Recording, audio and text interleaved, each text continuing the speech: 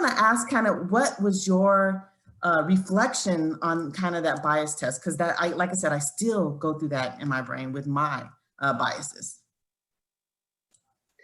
You know, I really appreciate you saying that, because I've done this bias test a few times. And I feel like in the last few times that I've done it, it's like, oh, I know how this works. I'm going to master this. And I think it's important because it's not about so much as you're getting rid of those biases as much as it is recognizing and working through those. And that's kind of what I've learned through the times that I have taken those. And I mean, and I've done it, and I like how they have different ones. So it's not just racial bias, but then they also have like abilities and things like that, because that also was even more eye-opening, I think, to me, because that was one where I thought, oh, I absolutely have no bias there, and was wrong, you know. Love it, love it. I also think there's just this real need of perfectionism. You know, I feel like especially in our field, and the fear of making mistakes, and not wanting to address any biases because that means we're not perfect, you know, like, and we're not, you know, living by our ethics. That, you know, it's just a lot to, I think, to hold yourself accountable and wanting to break through that, because I think that creates, you know, that fragility to get the feedback.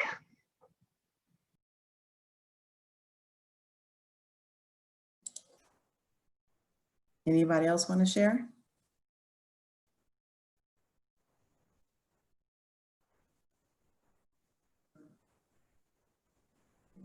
Okay.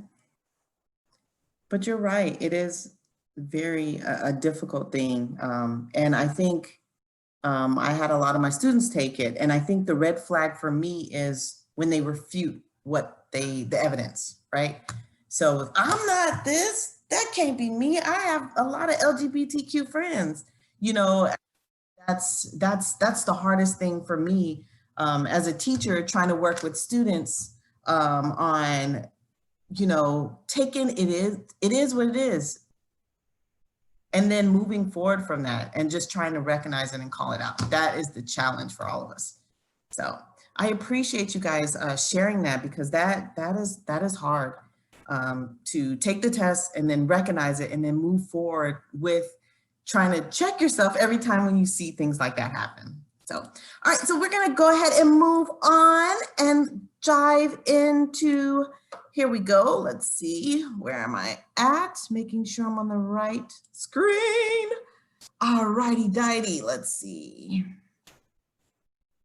All right, here we go.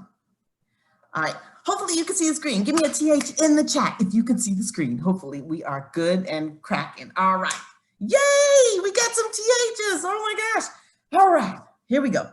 All right, so culturally biased is heavy, but today we're gonna really dive into what our students need and what we need to move forward, and how can we collaborate with new ideas, new fresh things. And I do wanna ask you kind of too, what have you done since last time to try some of those things out that we talked about in a small group?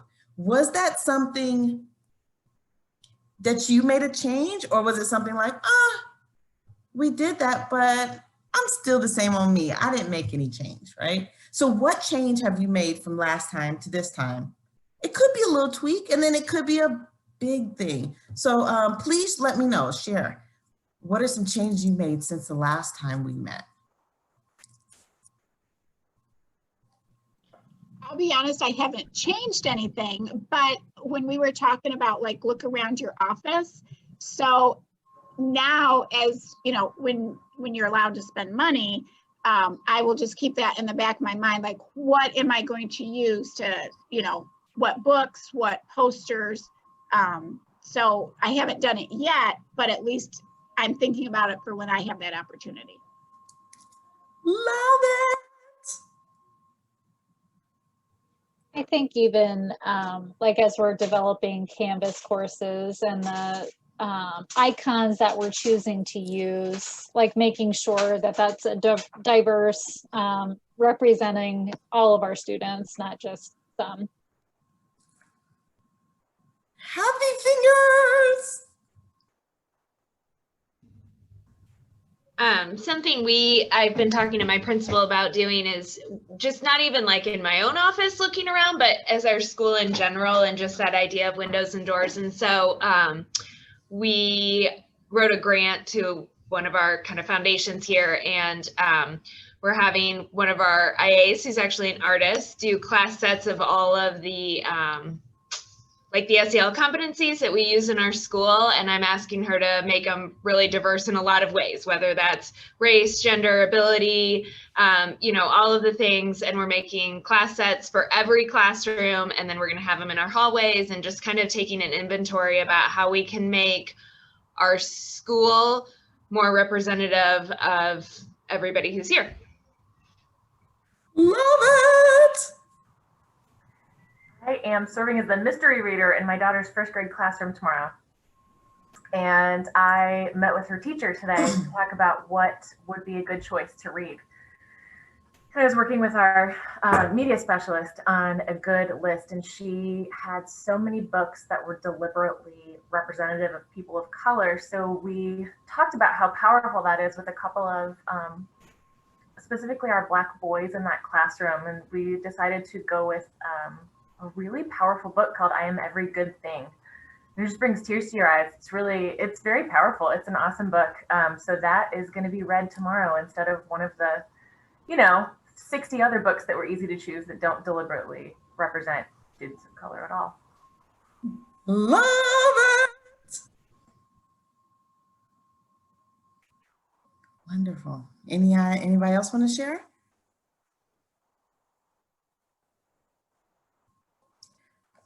So I'm loving this, right?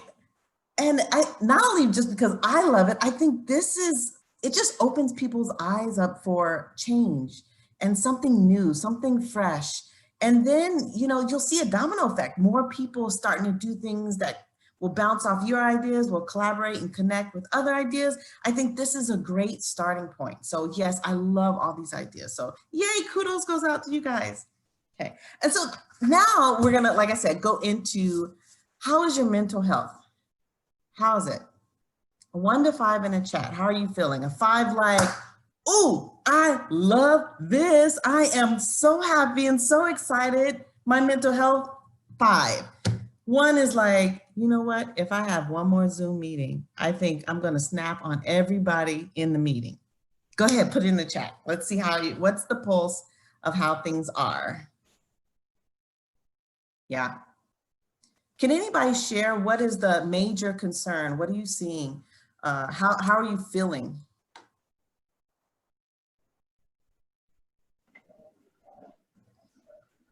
I put 3, primarily because things just feel off. They just don't feel normal. I mean, I'm functioning, I'm getting up every day, I'm going to work, I'm really enjoying helping others and working with others, but just things just don't seem quite right. And I think that's why I'm sort of right in the middle. I don't want to say I'm great and I don't want to say I'm terrible. I'm just kind of here. I hear you. I hear you. I think that's, that is what I got the most of, are those 3s. And luckily I didn't get any 1s, but like the 2s and the 3s are typical. And so just imagine if you are feeling off, how are our students feeling? What are our babies feeling? And we know that mental health needs is like #1 right now, especially for our teachers, our faculty, our administration, but mainly our students. And so how are we tapping into that mental health and supporting our students in those aspects? That's very important. And how many jobs do you have? Typically, you guys are the first people we reach out to if something needs fixing or something needs help, right? And so how many hats do you wear? How many times are you pulled out of your actual counseling sessions or out of your job duties to do something else? Name some of the different roles that you have that's separate from your duties of just being a counselor or a social worker. Go ahead and put that in the chat.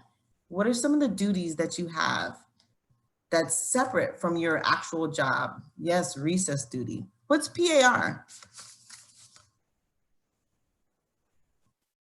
What PAR? Lunch duty, yes. Bus, carpool, oh, I hear you.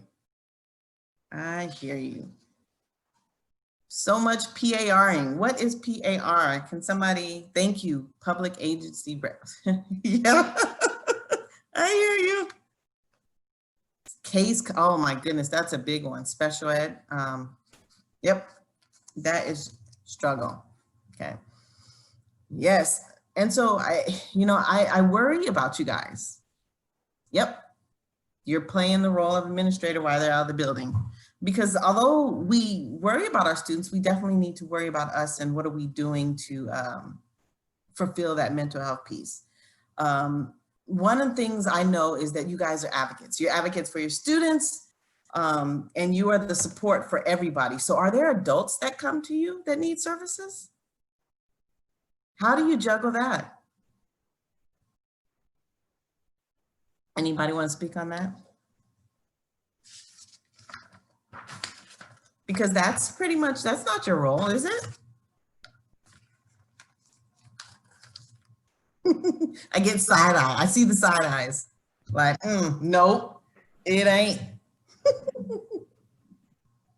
Anybody want to speak on that? I've actually had a conversation about the social worker. I think this year more than ever, we've had a lot of these staff and adults in our building coming to us. We've had a ton of loss, grief and loss that's happening this year on top of COVID. And so there's just been a lot our teachers are trying to overcome. And so it's like a balance of like wanting to be there for them, but also not wanting to blur those professional boundaries. And like getting them the resources they need to get the help they need. So it's a really fine balance, but it also is a huge weight that's added onto our shoulders because that isn't typically something that teachers have really come, like it's been occasionally, but it hasn't been as much as this year at all. Oh, thank you. Thank you so much. Wow. Yep. Our principals are out of the building. Our teachers are feeling exactly the same way we are, even more. Adults are in our office frequently to talk about personal issues. Wow. How do you allocate time for that? Or do you be like, look, you got 5 minutes. You got 5 minutes to share your life and then we got to go. Because I have, how do you deal with that? Do you give them time even though that's not your role? Do you counsel them? So that's more on your plate, it sounds like. Yeah, it's hard. I feel like right now we're handling a large amount of students being pulled out of classrooms each day for quarantine, and it's executed in as good of a way as it possibly can be. But it feels like you walk in and the teacher just locks eyes with you and is like, oh my God, here we go. Like, how many kids are gonna cry? Can I not cry? Like, they're crying, they're nervous, they're scared, they feel like sacrificial lambs. Becky or Donna. They're watching as their kids are feeling fear as 3, 4, 5, 6 of their friends are sent home every day in front of them. It's hard, and they're trying to walk the line between expressing their feelings and like trying to keep their classes under control, and they're doing a great job of it, but it's taking its toll. I think they're feeling a lot of internal fear at this point, seeing it spread like wildfire, and I think they feel kind of unheard or not important, and so trying to help them, balance their own anxieties and keeping it rational and keeping it supportive with what's really happening in front of their eyes every day. So how do you see this as an opportunity for you? How do we see this as an opportunity for us, for counselors and social workers?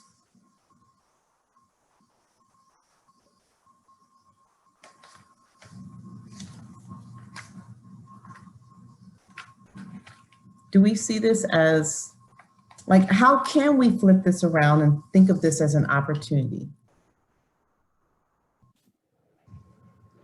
I think one thing for me personally is there are so many years where I was frustrated that our staff just didn't know what we do in the counseling office, who we are.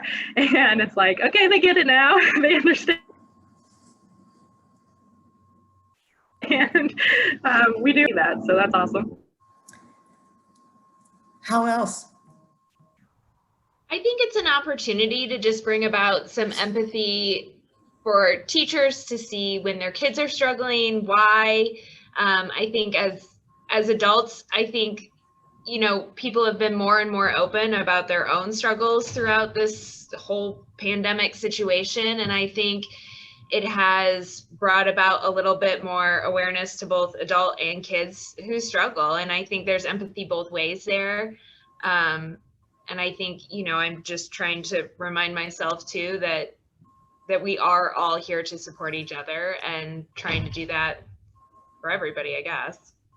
Yes, I totally agree. So thank you, you two, because that's exactly kind of how do we ensure that we not take advantage of this opportunity, but kind of see the glasses half full and provide as much support as we can, you know, but make sure self-care is important. But now we're able to put what we do in the forefront. We're able to highlight our successes with others. We're able to connect with teachers on a personal level, and just, you know, be able to really roll out some of those ideas we probably thought about. And now programming, you know, now we can think about, what type of programming can I do to support my staff or to support my students in this space, okay? All right, and so we were kind of derailed, but I definitely, here is the agenda. We might kind of breeze over a couple of these topics. So families, how do we connect genuinely with families? We're gonna talk about that, and I'm show you a couple of African-American counselors and see what their thoughts are on when working with African-American families and students. We're gonna look about how we can work with our own biases, you know, micro assaults, you know, micro insults and micro validations. We're gonna learn a little bit about that. Then we're gonna talk about, you know, how do we take this solution-focused therapy and this person-centered counseling, and then pretty much combine the two. And what does that look like for when we work with students or staff to get quick wins and then bring them back to really focus on the issue at hand. So combining the two, and what does that look like? And then last but not least, we're gonna talk about some of the barriers to cross-cultural counseling that we see, studies have shown we saw, okay? All right, so let's go ahead and go into it. Let's go ahead and move in. Here's a video of the counselors. But before we do that, I want to know, how do you connect with families now? How do we connect with families now? What do we do to connect with families? Or we don't? Meh. I just work with the students in my boundaries. Phone calls. I think just calling. Phone calls. Phone calls. Okay, Zoom. How's that been with Zoom?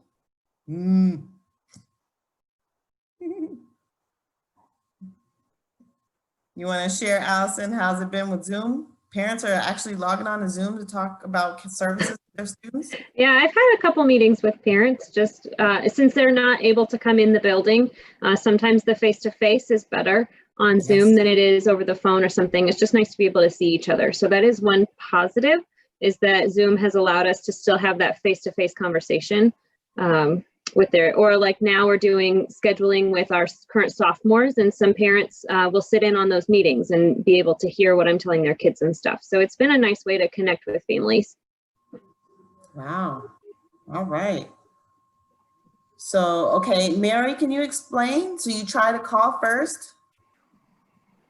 Yeah, I try to call first so that I feel like that voice to voice, I feel like they're really heard versus just an email. And especially like if there's a language barrier, using the language line, because I think that helps them feel valued.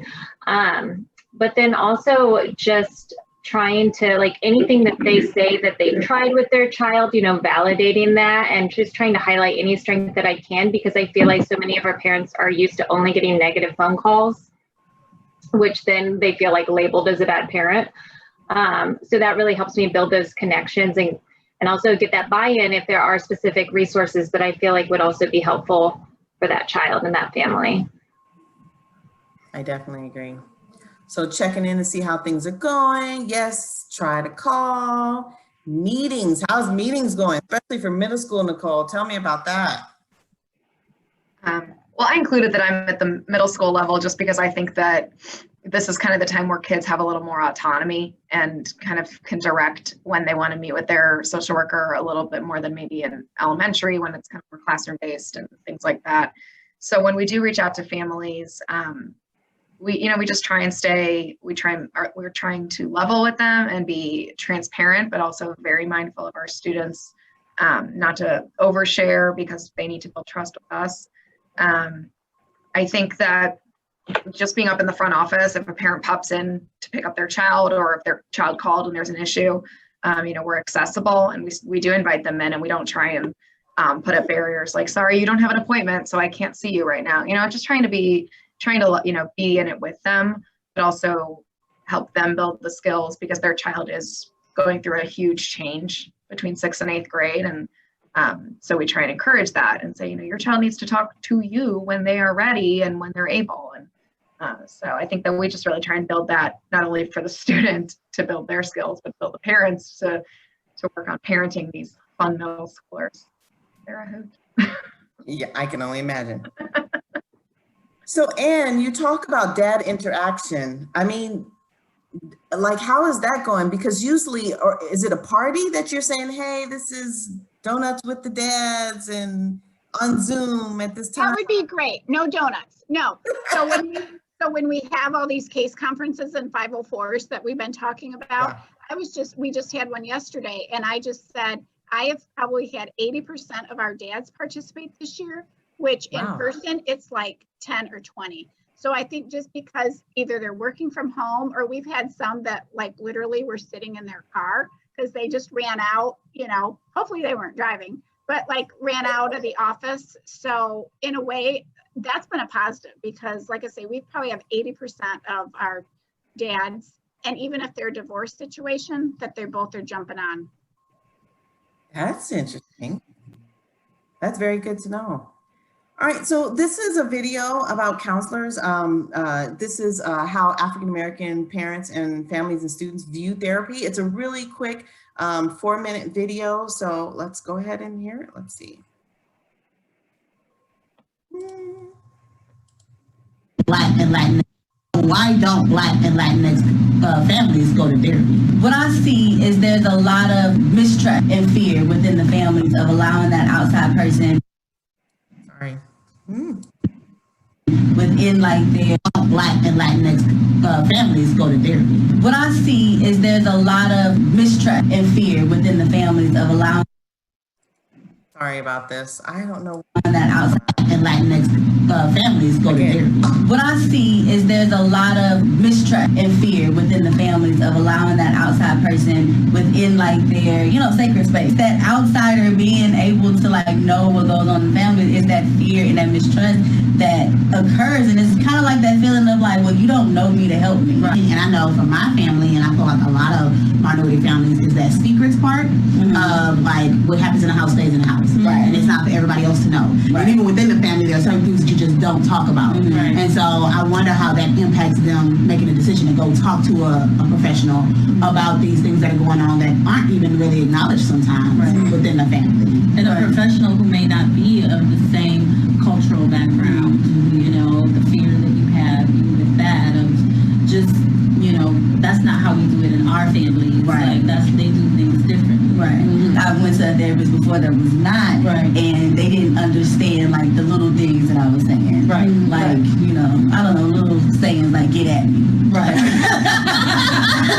No, true. Doesn't mean anything aggressive, but it kind of sounds aggressive.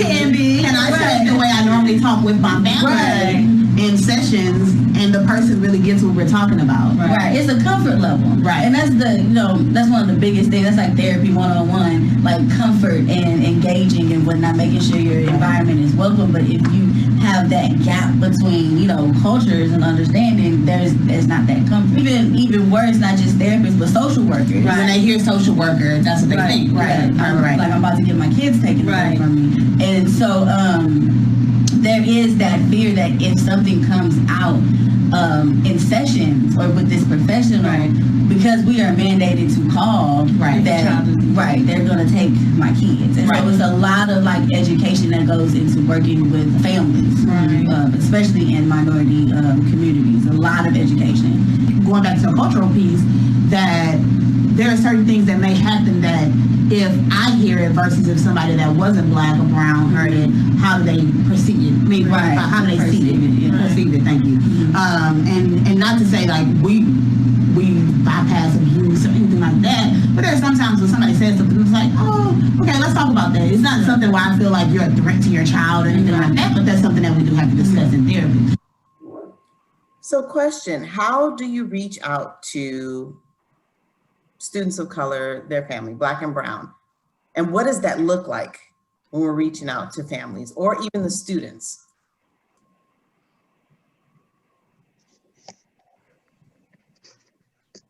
Or LGBT community? What does that look like? Do families respond?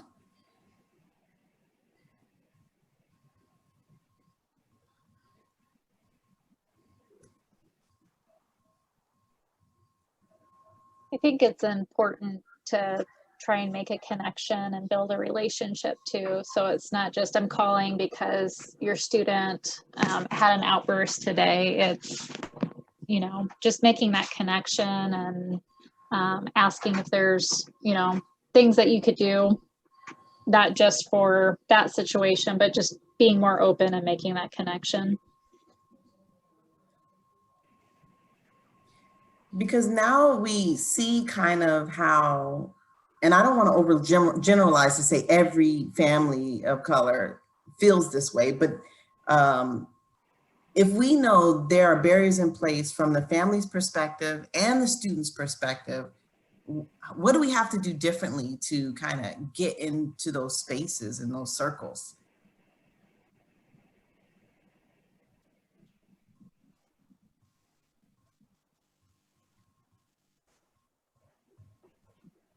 So I'm going to break us in groups.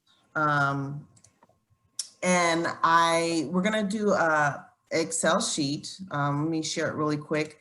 I just want you to come up with ideas, maybe ideas you've done, maybe professional development ideas you've thought of, to where we can bring in families. I mean, one idea I had, I did a while ago is, I had a large Latinx population, right? And so I said, oh my gosh, I got it. I had one of my friends do how to apply makeup. Oh my gosh. How to apply makeup. Like she worked at the Clinique, you know, something. And, you know, so I said, hey, it's how to apply makeup. Got him. I had the most parents I've ever had come to a PD. So she did a quick little beginning and she gave away some free makeup kits. But then I was able to kind of share some best practices on, you know, how I can support, you know, because we had an after school adult program at that time, and how if you come into the after school adult program, we can, you know, make things. But that was just kind of an out of the box thing that I thought about to get in Latinx parents and families. Now, I wasn't able to target the fathers at that time, but at least it was kind of one creative way that we were able to connect with Latinx mothers. So I'm gonna put in the chat the actual link. Let me get out of here real quick. The link, we're gonna go ahead and we're gonna break in groups, and I want you to share as many ideas that you've done or you have on, here we go. You guys can you see it? All right, so we're gonna break out in groups. Let's see. At least I think we're gonna break out in groups. Let me get my life together. Here we go. Groups automatically. All right, 3 to 4 per group, come back and share, but pick a box and then just collaborate, talk, think about ways we can get families involved or creative things that we could do to reach out to families and parents. All right, so let me create the rooms and then get my life together. We'll do about 12 minutes and then we'll come back. And I do want you to share because sharing is caring. All right, here we go. Let's see, open our rooms. All right, I'll see you guys in about 11 minutes.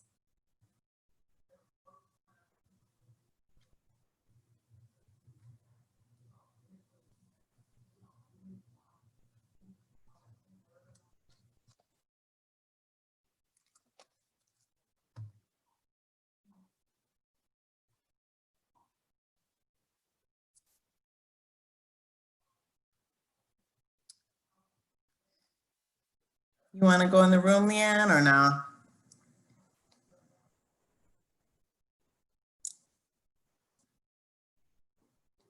Maureen, Echo, you guys want to go in the room? If not, you can stay and hang out with me. Hey, Mr. Chad, David. Maureen probably went to the bathroom. She'll be back.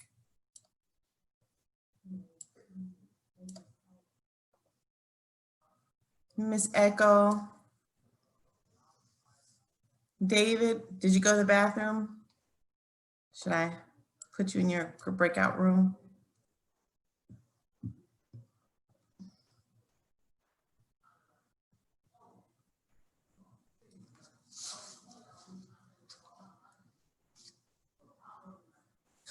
No problem.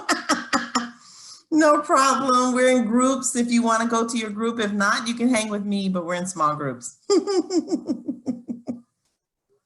Oh, I love you.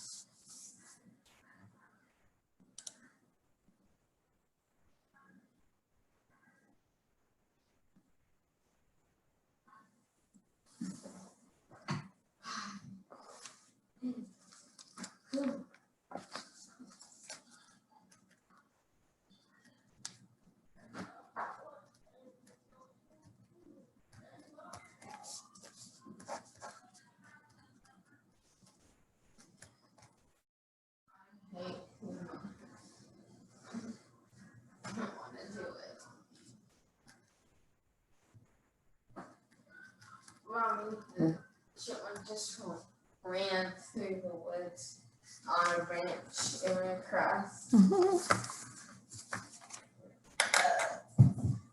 All right, I'm in a PD, okay, honey? Okay.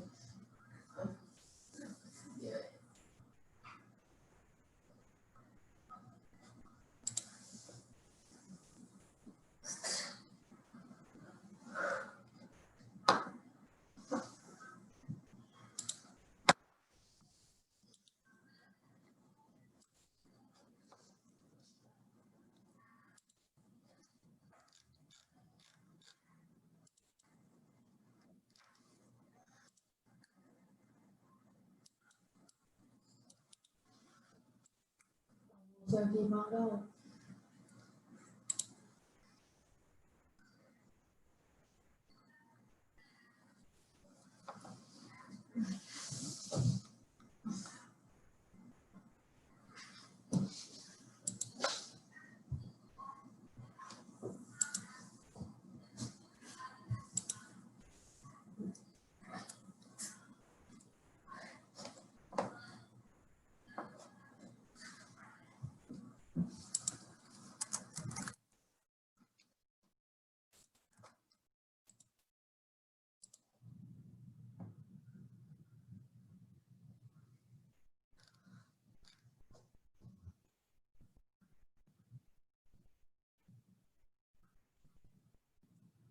Right on the floor, baby.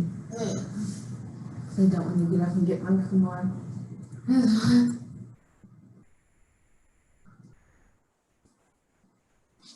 No, Kumar, no one likes Kumar. It's like I need to get rid of it forever.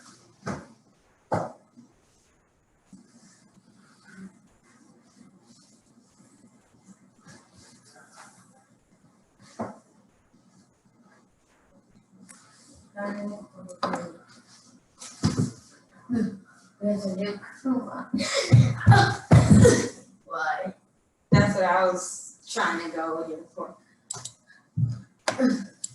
Wait, you have to take. No, I don't have to take. Why do you have to go so fast? Yeah. Fine, I'm sorry.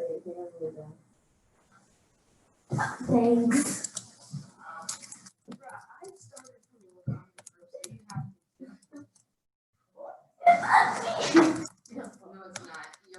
You're coming here trying to grab onto my leg because I'm scared.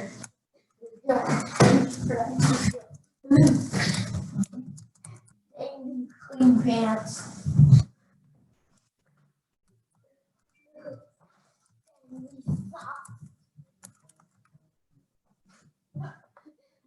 Okay, I thought I'll put the block on the condo. By the way, your Kumon is right.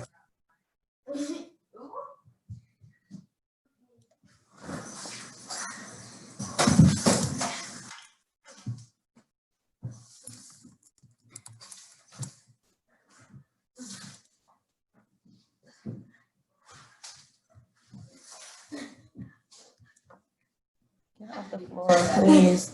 Huh? Get off the floor. I go really fast. Everyone, what'd you say? Get off the floor, you guys. That was fun. Halfway done. Mine is sweet. What's filthy? We need to wash dishes. There's only like 3. I thought there was like 0 in there. There's only like 10 dishes. There's so much stuff on the floor, I can't even count. All you see, you can't. How could you? There's no sweet, that's fine. Halfway done. 1, 2, 3, 4, 5, 3.4, 5, 9, just 5, 11, 5. 4, 6, 2, 8, 3, 7, 4, 3, 6, 2, 8, 9, 4. 7, 3, 2, 1, 2.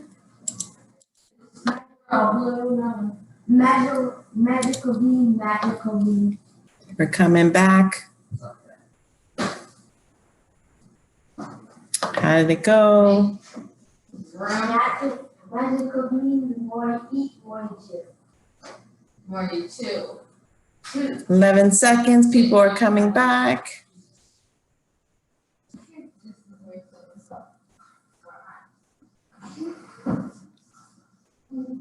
All right, everybody should be coming all the way back. So how did that go? What are some ideas that you guys had? Please share. I read some really good ones.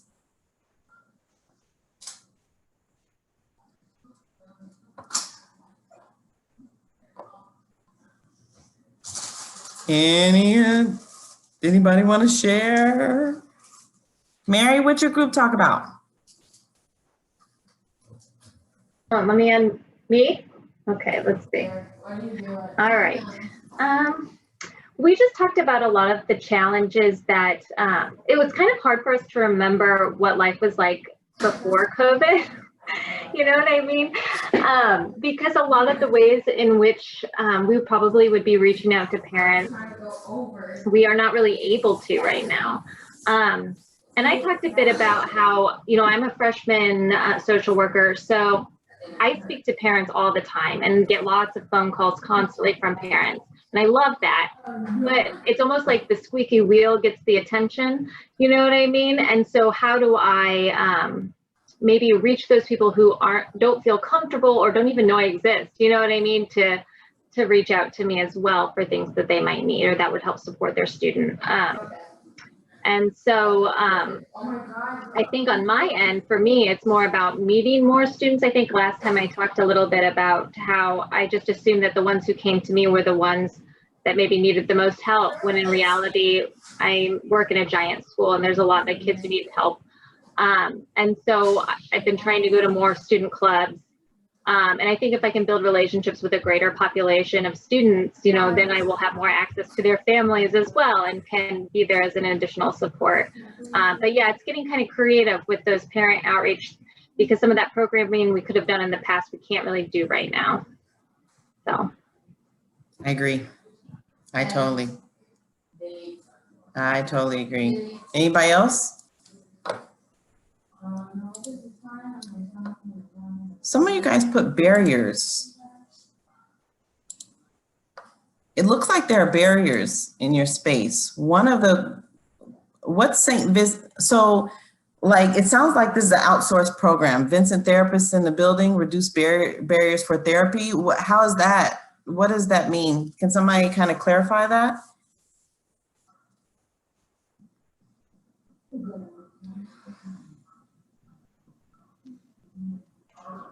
So we have St. Vincent therapists in most of our buildings here in Carmel Clay schools.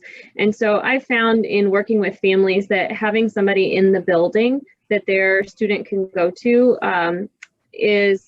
has provided like more access, whereas a family might not seek something outside of school. They might have too much going on at home or might not have rides to a therapy appointment, that sort of thing. And so having them in the building for our students to access during the school day has made more of our families more open to the idea of working with a therapist. That makes a lot of sense. Okay. So every building has it, right? Not quite everybody building yet, but I think that's eventually the goal. There's a plan to have them in every building. So how does that relate to your, I guess, position? How, are you guys working together, or is it just like, well, they do this, we do this? Are you collaborating on students? Are you guys meeting, or how does that work? Because that sounds like a different company. So an outside vendor is coming in. So how does that work?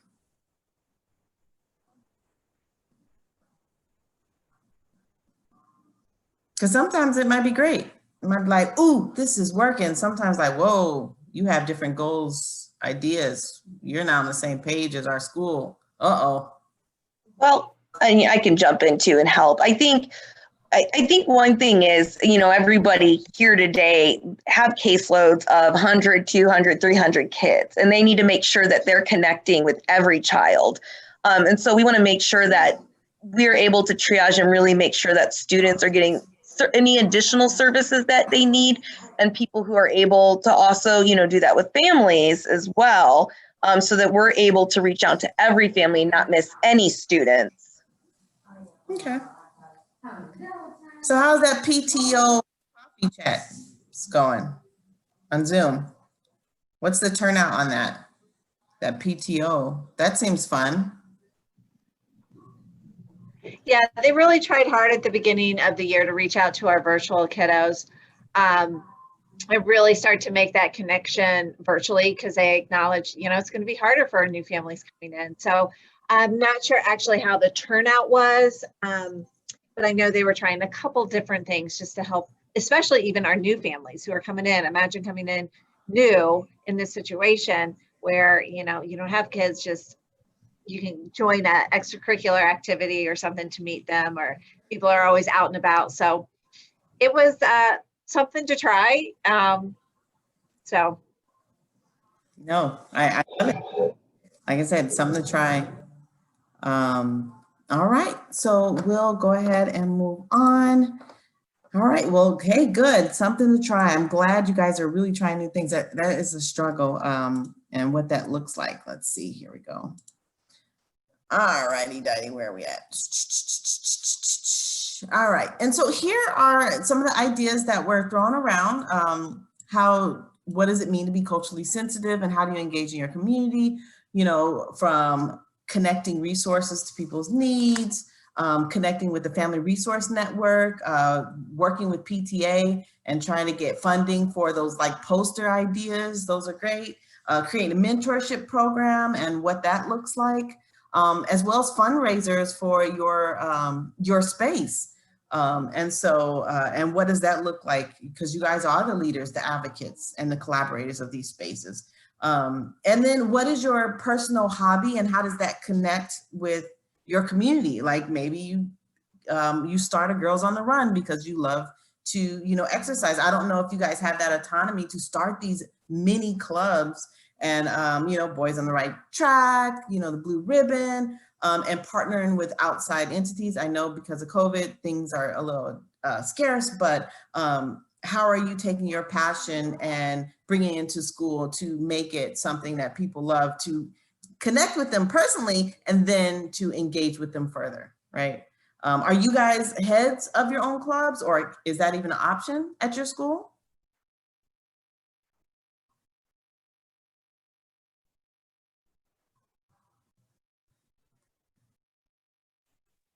I know for our high school, a lot of them are student-led, but I will say one thing is a kudos, our high school, counselors, social workers and staff there is our clubs have doubled in the last year and have definitely been more representative of different groups and identities. So I thought that's been really cool and something I really loved seeing in the last year. That's good. That's good. And like I said, you don't have to start a club because I know you're like, oh my God, Cassandra, one more thing on my plate. That's exactly what I don't need, right? But somebody said, I think it was Mary, where we can go into these clubs and present on a topic area that may be of interest to that group. I mean, just finding little ways, okay? All right, this next one is on microaggressions and I guess how teachers experience it and how our students experience microaggressions and what they do after that. And then after that, we'll just dive in and do a quick review of a couple of concepts and then we'll move on. All righty, here we go. Think about a time when someone said something about some aspect of your identity that made you feel insulted or slighted. Even if they didn't intend it, you probably experienced a microaggression. A microaggression is something that someone says to someone else without knowing that it may be offensive. It hurts. So that's how I know it's a microaggression, because it feels disrespectful. And it's not like outright racism, but it's something that is like almost unconscious in the way that you view people. Most microaggressions are subtle and indirect, but they occur frequently in the daily interactions of members of historically underrepresented groups. One of my friends asked if my parents had their papers. I had a science teacher, a physics teacher, and he told me that I was the smartest black girl in his class.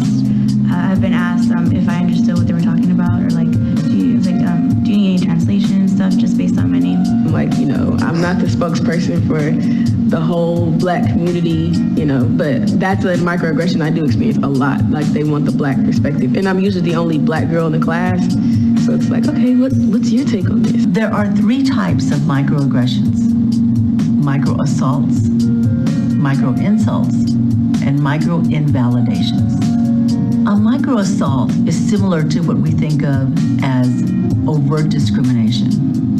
In the case of microassaults, those acts are intentional. A microassault can be the deliberate posting of swastikas, Confederate flags, racial slurs or epithets that are left on a blackboard in a classroom. I will literally have like my keys in my hand, like they're always with me, and I'll just like jingle them as I'm walking so that they know that I know that I'm there, so that we both know that I'm right here and I'm not gonna try and do anything to be stupid.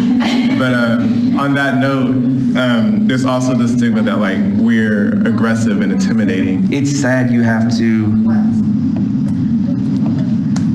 make sure you let people know you're not a threat, and that's the objective. A micro-insult is a comment that communicates the demographic group is not respected, that person is a slight exception to the stereotype. It's an insult, even though the perpetrator thinks he has just rendered a compliment. Well, here at UNT, I've heard, you're so pretty for a black girl. I feel like it discounts me as a person, and then I feel like it discounts my race. One of my science classes, my teacher had asked what I wanted to do, and I told the teacher that I wanted to be a psychiatrist. And immediately they're like, that's too hard for you. Maybe you should try a different field, or have you ever thought about being a nurse practitioner? Nurse practitioners in psychiatry make pretty well, they make a lot of money too. Have you thought about that? Like, why go to med school? Genuinely, sometimes somebody might feel like they can't make it, you know, and then when you continue to tell them that, it does hurt, you know. Micro-invalidations can happen when, for instance, when a student is lamenting that she wishes there were more Latina faculty, for instance, and the students in the class start rolling their eyes or, oh, come on, get over it, and the professor goes along with the students instead of with the person who made the lament. Just recently, I caught myself making one, and as soon as the words came out of my mouth, I realized that I had made this exact mistake that I was just talking about, like overgeneralizing to an entire group or class of people. And I saw tears well up in her eyes. And I said, I'm so sorry. I'm absolutely positive that I have said something to hurt you. And I think I know why. But I would really like to hear from your perspective what just happened here. So common microaggressions committed by faculty in the classroom include the following. mispronouncing students' names after they have repeatedly corrected you, referring to students by the wrong pronouns, calling on men while ignoring women in class discussions, or calling only on white students and ignoring the students of color in the classroom. Scheduling tests or projects during religious or cultural holidays. Be aware of assigning projects that disregard socioeconomic status. So what are your, I gotta say, because we're always catching ourselves and, you know, really understanding when we made a microaggression and just being aware of it. But I often ask, what do your students think about you? Have you ever asked a colleague to ask the students, what are their perceptions of you? Just to kind of identify, why do they see you in that lens? And why would they think that? And what are you putting off to make them think that? I think that's a great way to kind of see how students view you in their eyes. And a lot of times it takes working on to dispute that misconception of, you know, you and your ideas. I think that's a great way for us to kind of not check ourselves, but kind of just beware of what students think. Have you guys ever did that or asked students what they think and their thoughts and kind of made a change based on maybe a survey or an analysis or just off of somebody's perception of you, of the students?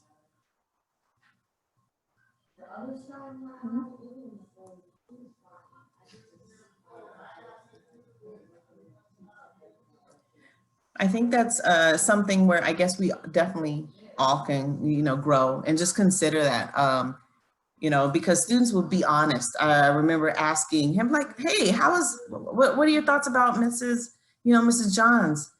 Well, every time we meet, it's this passive aggressiveness in our, you know, our conversation. I'm like, what made you say that?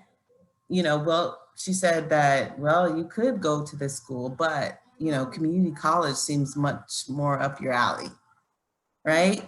And so, you know, that's harsh for the counselor or social worker or somebody to grapple with that, like, wow, you know I'm doing what's best for this GPA. I know I'm doing what's best for the success of this student, but he sees it as maybe I'm limiting his expectations or I'm choosing his path without consent or, you know, and so these are just some ideas that we can kind of throw out to kind of think of, you know, how we can change based on the student's lens of us, okay? All right, and so let's go ahead. I'm gonna just go over two basic concepts. Let me look and see where we at with our time. And solution-focused therapy. We know Steve Schachner and Breg, they definitely talked about, you know, brief therapy, keeping it brief, and really working with the needs of the students and trying to find these quick, good outcomes of the clients. And most of this concept for solution-focused therapy is if it's not working, there's no need to try harder. We need to stop it and, you know, try something else and constantly think about different ways to support our students. And so just identifying their feelings and supporting their actions and then focusing on their health or their need immediately. And then hopefully we'll definitely see change. Some of the goals of solution-focused therapy, of course, we know, of course, develop the client and helping them support their vision, create their vision in an alternative, what they envision of themselves, develop new meanings and new ways to look at problems like glass half full. Like we said, this is an opportunity for us as counselors to share who we are. Even though we're kind of taking advantage of a pandemic, but this is a great opportunity for us to do PDs, information, content, newsletters, like constantly fill them with our expertise so they know that we are the experts. And then creating SMART goals, you know, what does that look like? And so This is seeing the social worker as a consultant, just a collaborator and working and building rapport, you know, and what does that mean from body language to where we sit in the office to how we kneel down to really understand students at their eye level to see what, you know, what's going on. And then how do we measure that? What does that look like? And then what resources can we connect with? Like you said, St. Vincent is in the building. That's amazing. What other ideas do we have to actually have people in the building or access to resources, a phone call away where we could connect families? I know one of the struggles when I would recommend a student for like a service is, how do I get them to the service? How do I do it before they leave this office? What does that look like? How do I call them and have them talk to Mrs. Jane so Mrs. Jane is expecting them and there's the verbal agreement with them already, right? So how do I connect them with the service personally, and what can we do to make those connections? So just think about that when we're thinking about our everyday roles, okay? And so now we're kind of getting into the other piece, right? Matching students. What is the realness of you? How are you really getting into students' mind frame, mindset? And so that's how we're focusing on the person, you know, and not typically the problem, and definitely becoming more collaborative with the student and trusting the student, and, you know, constantly having students self-evaluate and continue with this goal of the client. It's something about being real and just being honest and transparent, which helps, and limiting the jargon, the educational jargon that we use in everyday, you know, schools, and being able to speak with students on their level. And I think that's something that we're working on when it comes to that. And so, and like I said, building relationships is key to really getting into a person's mindset and support, okay? And so like, just always trying to work with students to get through their obstacles. And I think this is something we always do, but I think we have to just take a new lens with this and just being honest and genuine, and like exploring students and having them take the leadership and the onus of some of their guided directions, and then just focus on like the positive side for all of our students. And then maybe we are uncomfortable with different cultures. So what are you doing to look things up? What are you doing to find things out? And I think that's a challenge for us, but we have to do the digging, the due diligence to find out about one's culture, or find out about, you know, students in their individuality, okay? And so if we're not familiar, become familiar. And so definitely work with students for the student-centered therapy. So it's my, I guess, thought and idea is, how do we combine the two methods? How do we do something so quick and brief so we can get students in, they trust us, then we can have the support in the ongoing support sessions based on student need. And so, of course, we're talking about positive settings, student relationships, student resources, mind mapping, things like that. We're being a cheerleader for our students, an advocate, we're scaffolding, things like that, and reinforcing what we did, our solution at the end of all of our sessions. I think that is definitely supportive. And so when teachers, I think this model talks about how when, you know, teachers or social workers point out that often students go to school counselors hoping for a quick fix or emotional behavior. So what happens when you don't give that quick fix? Then teachers don't trust that the system or the service works. And then, you know, you get backlash, right? Because this is a process and it takes time. And then when I want to say the concern is not solved, you know, teachers start not to trust the process. And so how do we combine the two to where we can get the quick fix and then we can actually move on to the services? And so like I said, this was a thought on how do we combine the two. And so it looks kind of a little bit like this. You know, the phase one, student works with student, and then the relationship is established, okay? And then what that looks like is just building the relationship, student flexibility, combining the two models, and really focusing on the student needs at that specific.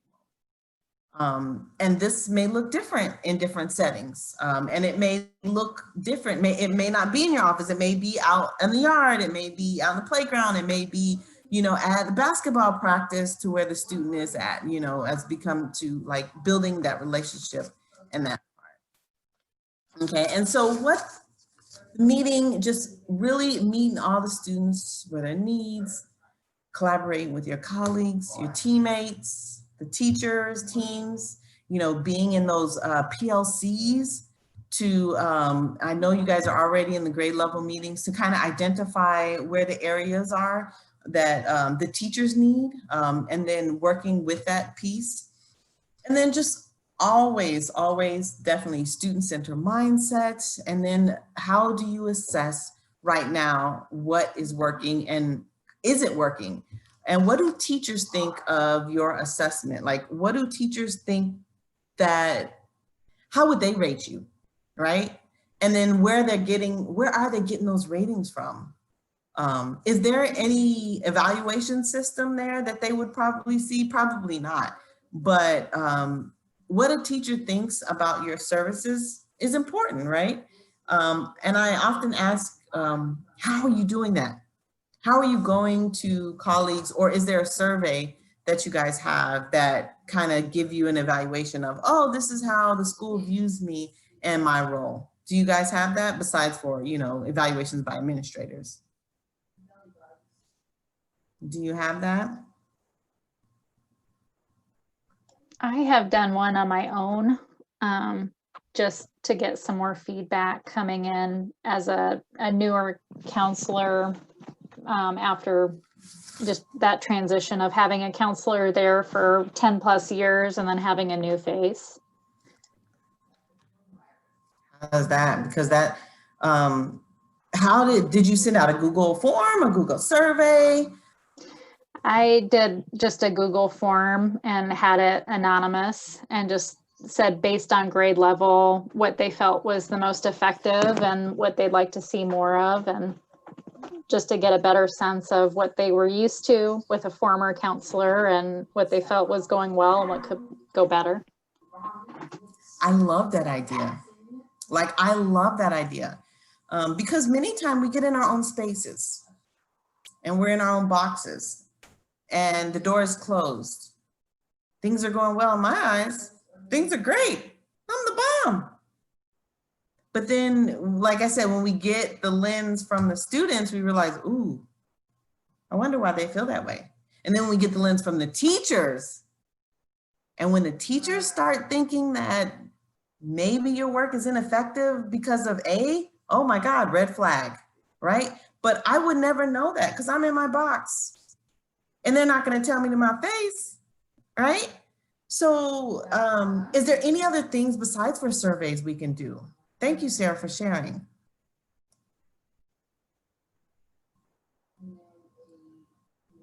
I'm sorry, did you say anything other than risk surveys? No, just anything other than just surveys that you got to know how well you're, you know, faring through the lens of parents or teachers, because teachers are important because your colleagues, they won't recommend kids if they don't think you're effective. One thing we started looking at, especially, and I noticed too, because we started interviewing for our equity and inclusion, our diversity, equity, and inclusion coordinator, is some of the data we want to eventually start drilling down on is like, like participation in extracurricular activities and clubs within the school as well, because, you know, because I think we already look at attendance, discipline reports, grades, you know, things like that. But then what are some other ways that students get involved? Because as we know, students are much more likely to be successful if they're involved in things not only within the school day, but then outside of school as well, still connected to school. definitely agree. And those are great ways to monitor students. And I love that. But that really doesn't share how I'm doing as a social worker. And like I said, when I'm a teacher in my classroom, I close the door. I don't care what other teachers think about me. The principal is all that matters to me. And I hate saying it like this. I just want to be really transparent. Sometimes I feel like, yeah, my colleagues need to respect me because it's about, the colleagues, but we have those grade level meetings where we have to interact. But then when I'm a social worker, I don't have to interact with teachers, but I do need to know how they feel about me. Because like I said, that really shows how many kids they send to you, or maybe nobody's sending anybody to you. And that could be something you can look into, because typically the teachers, they make the call. They can red flag the teacher. Not red flag in a sense, but they can say, well, I'm not sending anybody because I sent John, and we all know how that went, right? So I think survey is a great way to kind of know how we're doing in the eyes of teachers. And I was just wondering, is there any other way that we kind of figure out what's going on, or what teachers think about us? So we're gonna go ahead and go on. So we're collaborating with colleagues. Like, these are some definitely ways to really connect with our students. And then what I want to say is kind of what this looks like. So Roberto is a student, he's referred to the counselor. Miss Chester was like, oh yeah, he's constantly sleeping in my class. Let me refer him to the counselor. So Roberto admits that yes, to the counselor, I've been sleeping in class because I don't understand the course material. So of course, Miss Chester tells Roberto that if he would like to meet with him, we could specifically focus on the math experience. She explains that first she meets with him, she really gets to know him. She digs a little deeper to understand his concern, and they have that personal connection. So what this looks like is Roberto comes to the office, the teacher is sitting cat a corner or sitting side by side with the student. The teacher puts her phone on airplane mode so she's not disturbed, but she records the conversation. There's no writing, there's just intent listening, there's intent looking, there's sitting in the space and being. The teacher constantly connects and asks questions and supports the student to get a quick win. Then after that says, hey, if you would like to follow up, and then now you're starting to really meet the needs of the students' concerns. But the first meeting is all about connections and intently listening and trying to get a quick win to support the student when they go back to class, okay?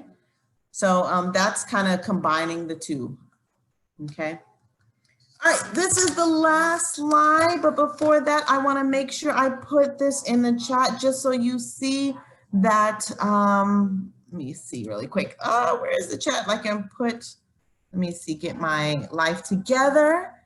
Let me see here. It's just a quick two question survey that gives me feedback on how do I get better, right? Other than that, I wouldn't know because you guys are smiling. That's telling me everything's great. But then I get the feedback and realize, Cassandra, it's time to change things up and get a little more something based on the survey.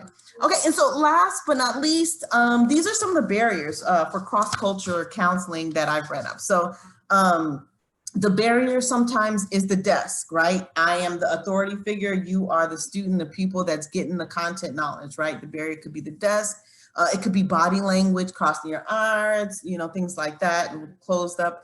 Not using their pronouns, just being specific to that. Taking notes is kind of a barrier as well. You're not really listening, you're just trying to document. And so these are just some ways, but making sure we are knowledgeable about our cultural knowledge and our self-awareness, and we understand.